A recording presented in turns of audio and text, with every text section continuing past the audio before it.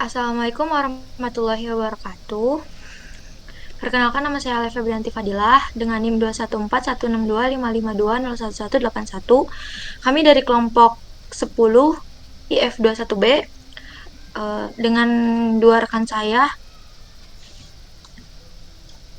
Nama saya Indri Rahmawati dengan NIM 214162552011169.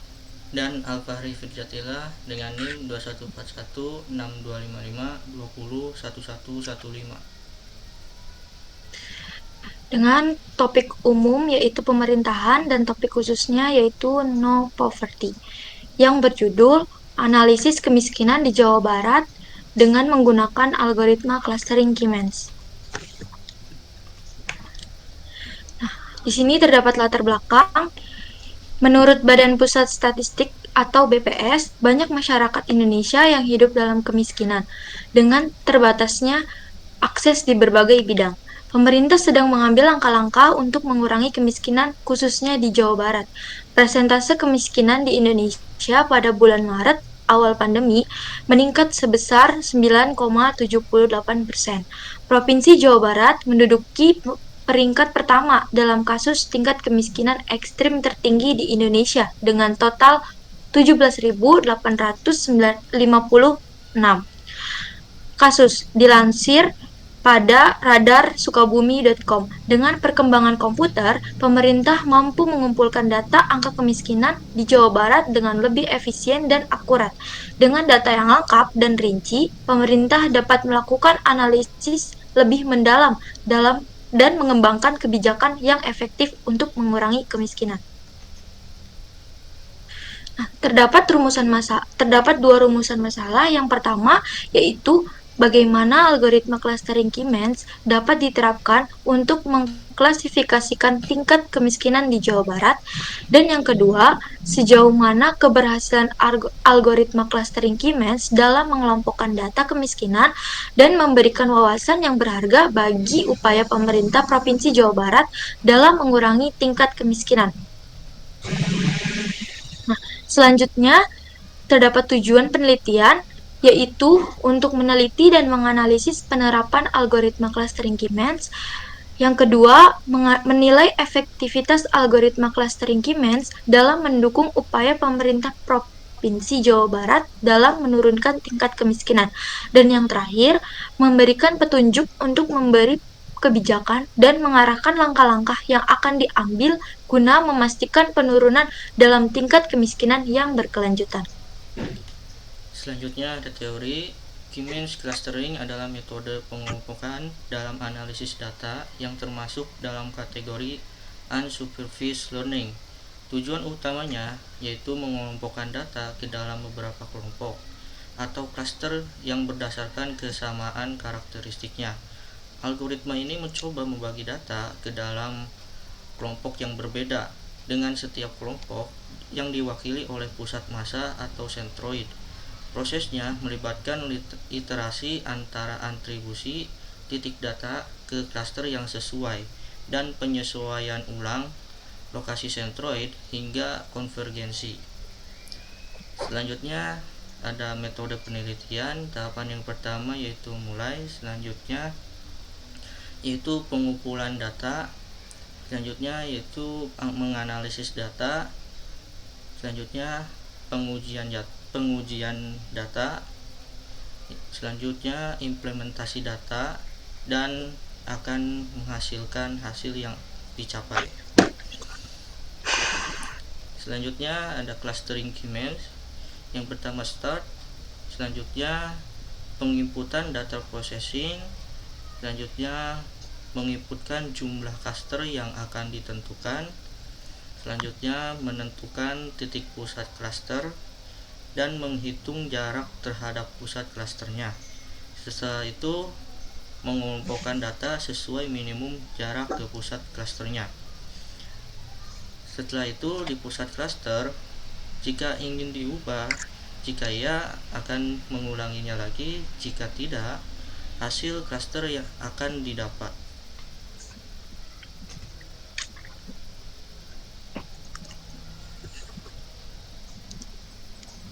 Oke, selanjutnya di sini ada hasil.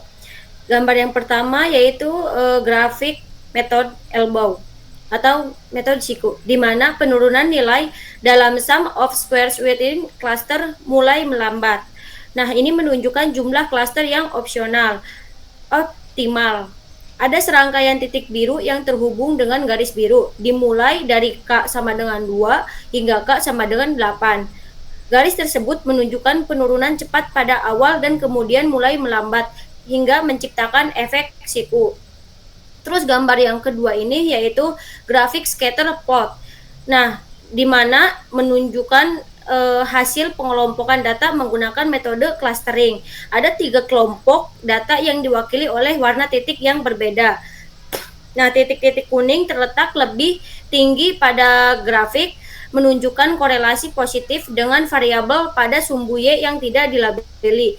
Nah, titik-titik biru dan ungu ini lebih rendah pada grafik dan tersebar secara merata. Gambar yang ketiga ini yaitu analisis cluster statistik, di mana data tersebut adalah hasil analisis cluster yang membagi data menjadi 3 kelompok, cluster 0, 1, dan 2. Setiap kelompoknya memiliki statistik untuk beberapa variabel. Yang pertama itu presentasi penduduk miskin. Klaster 0-nya rata-rata 9,93%. Klaster 1 rata-ratanya yaitu 9,77%. Klaster 2 rata-ratanya 6,15%. Yang kedua ini ada tingkat pengangguran terbuka. Statistik serupa untuk tingkat pengangguran di setiap kelompok. Terus yang ketiga ada PDRB per kapita. Statistik PDRB per kapita di setiap kelompok, dan yang terakhir yaitu indeks pengeluaran, rata-rata indeks pengeluaran di setiap kelompok. Gambar yang keempat yaitu perbandingan persentase penduduk miskin antar klaster, di mana ada 3 klaster yang ditampilkan dengan warna biru, orange, dan hijau. Masing-masing klaster memiliki rentang presentasi penduduk miskin yang berbeda. Nah, ada serangkaian batang horizontal dengan warna biru, orange, dan hijau. Batang biru memiliki rentang presentasi terkecil, batang orange memiliki rentang lebih besar, dan batang hijau memiliki rentang terbesar. Oke, next. Nah, di sini ada gambar yang kelima yaitu ringkasan analisis cluster atau indikator ekonomi dan sosial. Nah, pengelompokan ini untuk gambaran perbedaan antar klaster untuk variabel ekonomi dan sosial, membantu identifikasi pola dalam data. Nah, klaster 2 memiliki PDRB per kapita lebih tinggi, tetapi juga tingkat pengangguran dan persentasenya penduduk miskin yang lebih tinggi. Oke, kita kita kelompokin aja presentasi penduduk miskin, yaitu klaster 0-nya rata-rata 9,93% penduduk miskin. Klaster 1 rata-rata 9,77%, klaster 2 rata-rata 6,15%. Terus tingkat pengangguran terbukanya klaster 0 rata-rata 3,41%, klaster 1 rata-ratanya 8,01% tingkat pengangguran, klaster 2 rata-ratanya yaitu 9,45%. Nah, PDRB per kapita klaster 0-nya rata-rata bisa mencapai hitungan dolar ya, yaitu $17. Klaster 1 rata-ratanya bisa sampai $21, klaster 2 rata-ratanya bisa sampai $52 PDRB per kapita. Terus yang keempat yaitu indeks pengeluaran. Pengeluarannya itu klaster 0 rata-rata indeks pengeluarannya 6,763. Terus klaster 1 indeks pengeluarannya 70,55, klaster 2 itu indeks pengeluarannya 79,15. Next, ini ada tabel kelima ini kita pengelompokan wilayah-wilayah di Jawa Barat ke dalam klaster. Nah, klaster 0 ini ada Kota Tasikmalaya, Ciamis, Pangandaran, dan Majalengka, yaitu presentasi penduduk miskinnya dan tingkat pengangguran terbuka relatif tinggi. PDRB per kapitanya di kisaran menengah dan indeks pengeluaran cenderung rendah.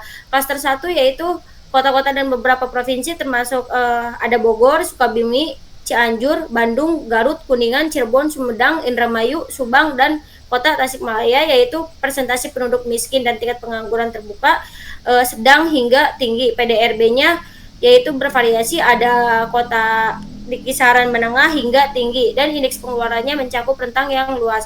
Klaster 2 yaitu ada Purwakarta, Karawang, Bekasi, Kota Bogor, Kota Sukabumi, Kota Bandung, Kota Cirebon, Kota Bekasi, Kota Depok, Kota Cimahi, dan Kota Banjar, yaitu presentasi penduduk miskin dan tingkat pengangguran terbuka relatif rendah. Nah, PDRB per kapitanya tinggi, indeks pengeluaran cenderung tinggi. Oke, next. Next ada gambar ke-6 yaitu perhitungan jarak sentroid, di mana wilayah-wilayah dengan klaster optimal 0 dan sentroid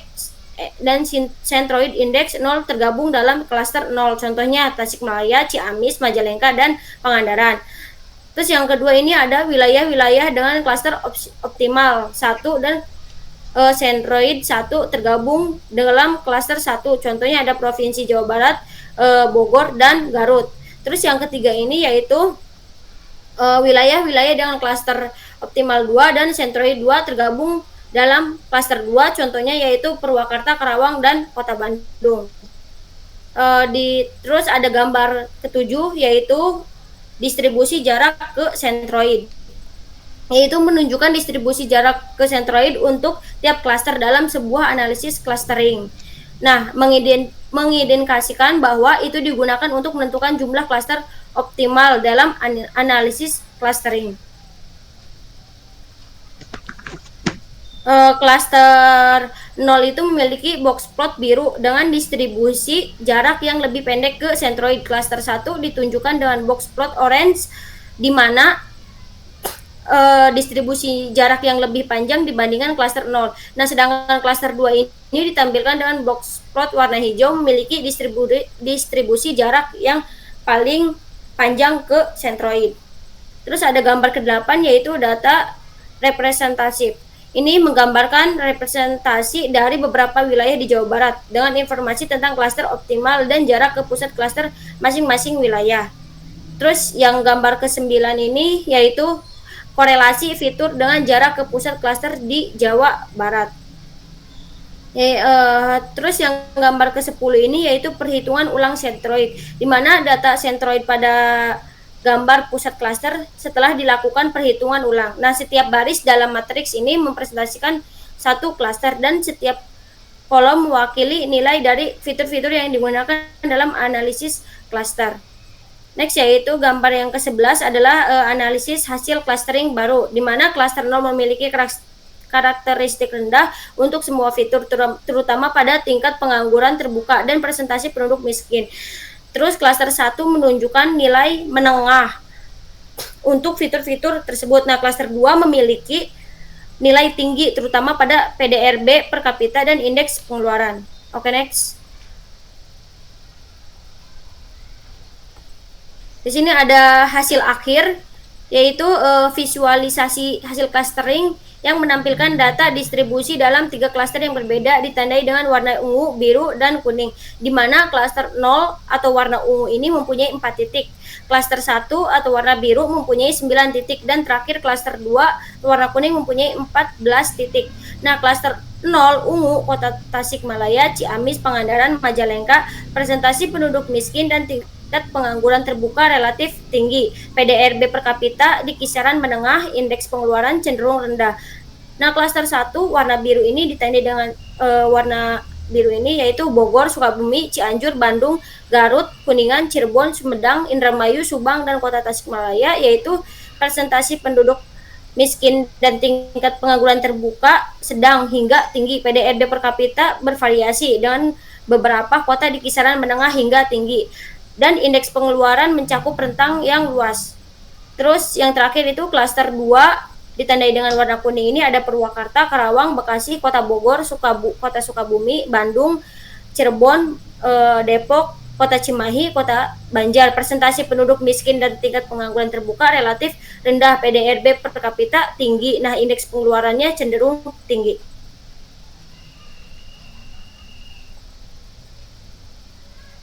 Saya serahkan kembali ke Ali Febrianti.